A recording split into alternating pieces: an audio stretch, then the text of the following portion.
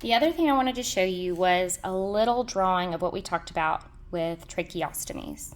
Okay, so we're going to draw a lateral view of a person.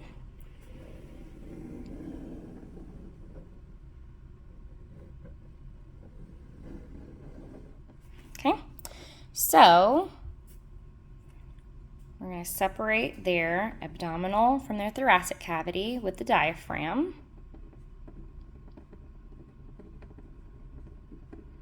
Okay, we're going to, this is kind of where their spinal column is going to be.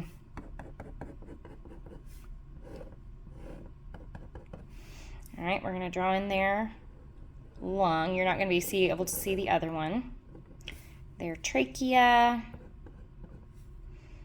Okay, their larynx.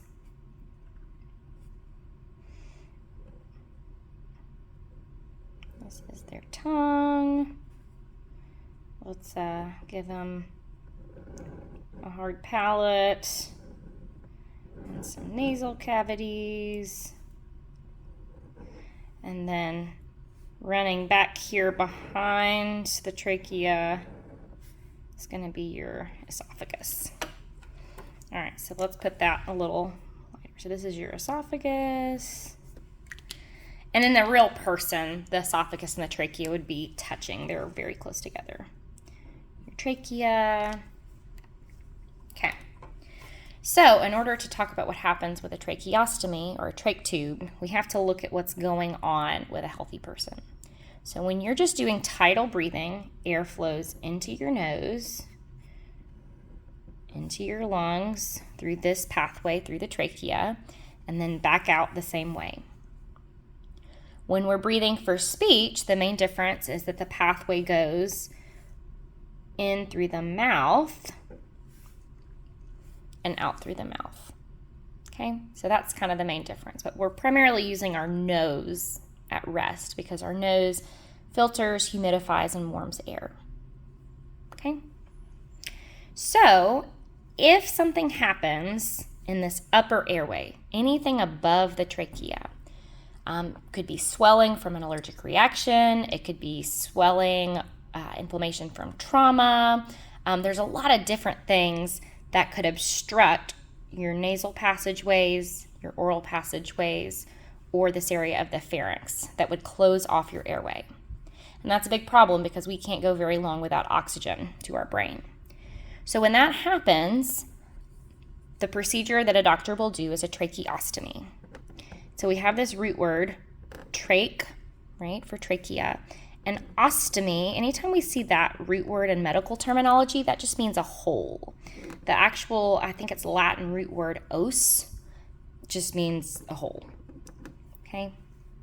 So what they'll do, and same thing, in a real person, your trachea and larynx are right next to your neck, so there's not going to be this much distance. But a surgeon is going to cut a hole through your neck and through your trachea. And they're going to have to go between those cartilaginous rings. And they're going to insert an L-shaped tube that goes from the outside of your neck down into your primary bronchi. Okay? So what that does is it gives air a new pathway to go in and out of the lungs when this upper airway is impaired. So now instead of air entering your nose or mouth, it's entering this trach tube. And air is entering your lungs and exiting your lungs only through the trach tube. Okay? Now, whenever we have somebody with additional respiratory problems, and for example, maybe they need to be put on a ventilator to breathe for them, okay? The difference between a ventilator and other types of machines is that it's forcefully pushing air into the lungs. Something is so sick with your lungs that they're not expanding, exchanging oxygen as they should, so the ventilator actually does forcefully push air into the lungs. Okay, there's a pump. Think of it as like a fish pump.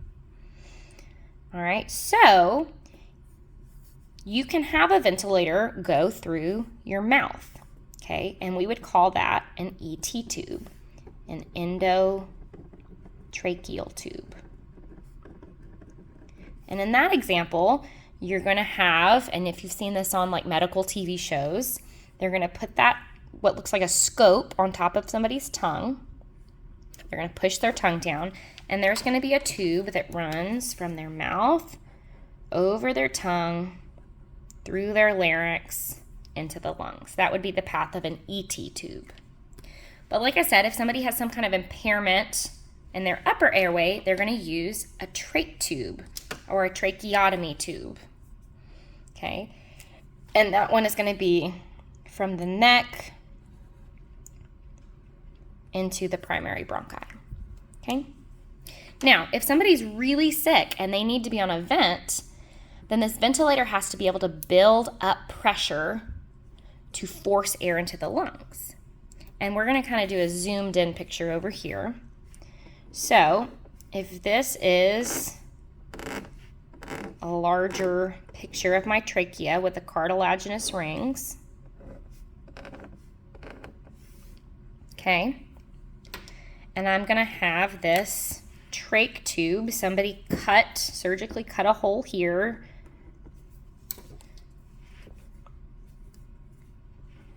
and then it's going to stick outside of my body.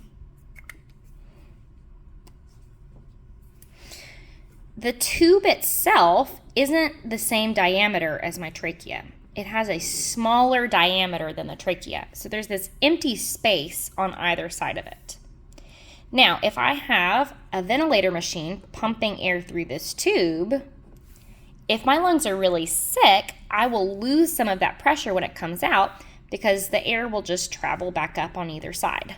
So I don't get that pressure buildup like I need.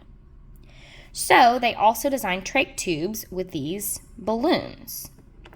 And they call those balloons cuffs. And the reason why is I want you to imagine a blood pressure cuff. It's a circle that goes all the way around your arm. So even though I'm drawing it as a balloon on either side, it's kind of like an inner tube that goes all the way around that trach tube. And what it does, and this is what our guest speaker talked about, they're also going to have this little tubing that can be seen on the outside of somebody's body.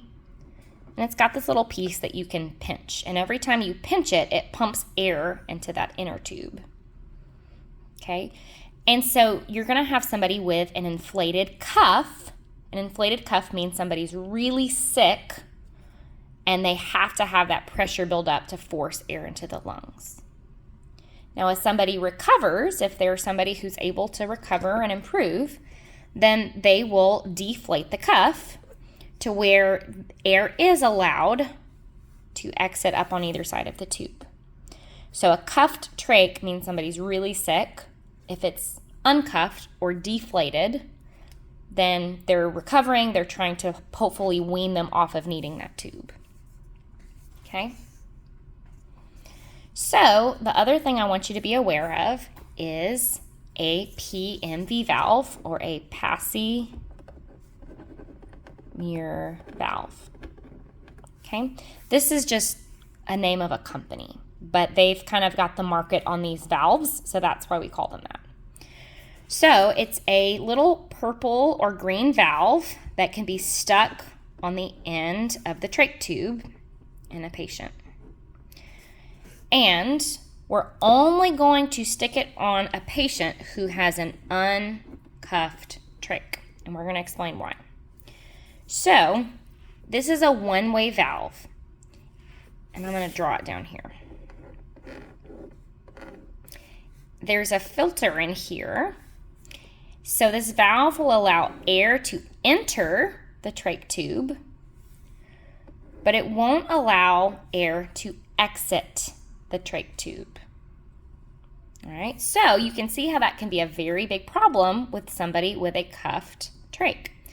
Air enters the tube, goes down into the lungs, but if this balloon is pumped up, air can't exit on either side of the trachea.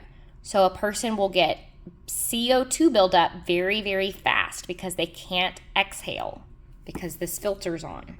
So that's a very dangerous situation. We never want to put this valve on somebody with a cuffed trach.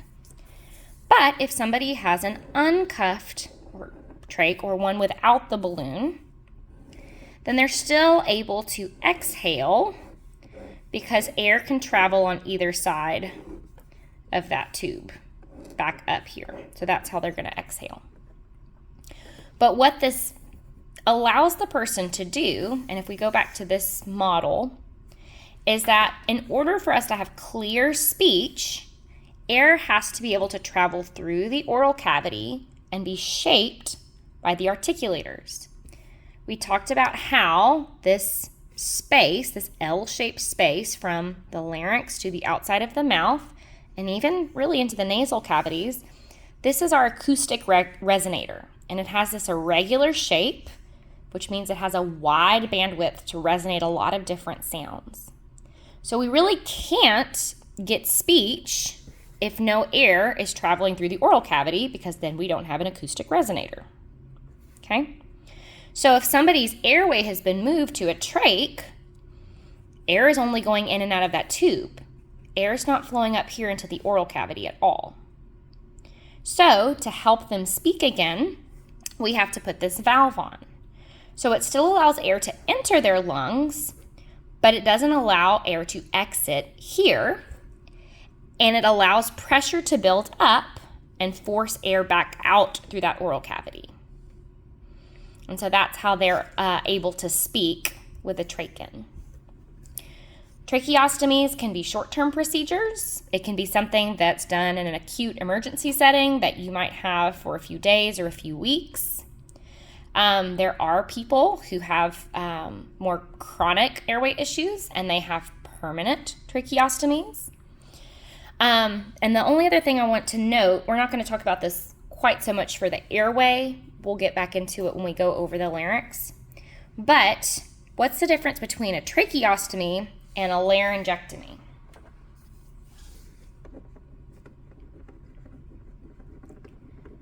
So a person with a tracheostomy still has a larynx. That tube is placed just under the larynx. But a person with a laryngectomy, which I think is spelled with a Y, it might be two E's. I'll have to double check that. Don't have spell check on me. An ectomy, if you hear anybody, an appendectomy, that means something has been removed surgically. So that's what that root word means. And then a laryngectomy, that's the root word of the larynx. That means your larynx has been surgically removed. The most common reason for that is laryngeal cancer, other types of oral cancers. It's possible to happen due to traumatic reasons, but cancer is going to be the most common. Okay, so a person with a laryngectomy, if we were to draw out their lateral view, okay, if this is their trachea and their lungs, then they don't have a structure sitting on top of their trachea. It's been surgically removed. So they don't have vocal folds for voicing. Okay, and the passage from, if this is this person's tongue and palate and oral cavity, okay, this tubing just ends here, right? There's nothing connecting the oral cavity to the trachea. So it's kind of like, your train tracks have been tore up, right? There's this gap. And so what they have to surgically do if they remove your larynx is they're going to do a similar procedure. They're going to cut a hole in your neck and form an ostomy here. And then they're going to put a very similar looking tube and give you a new pathway for your air to flow. Because if you have a laryngectomy, it's like the tubing has been interrupted. Somebody took out some of it, so air can no longer travel up here to the oral and nasal cavities, so you can't really breathe in and out of your mouth anymore. It has to go in this alternate pathway. So the surgical procedure is similar because you still have an ostomy, and the tubing is similar. It goes from your neck into your trachea, but the difference is there's no larynx here. And they call this tube, instead of a trach tube, they call it a Larry tube because it's a laryngectomy patient. So when we get more into disorders of the larynx, we'll talk about alternate means for a person to speak with a laryngectomy, because once again, we have the same problem. Air can't flow up into the oral cavity to be shaped for speech, but that's the main difference that I wanted you to be aware of.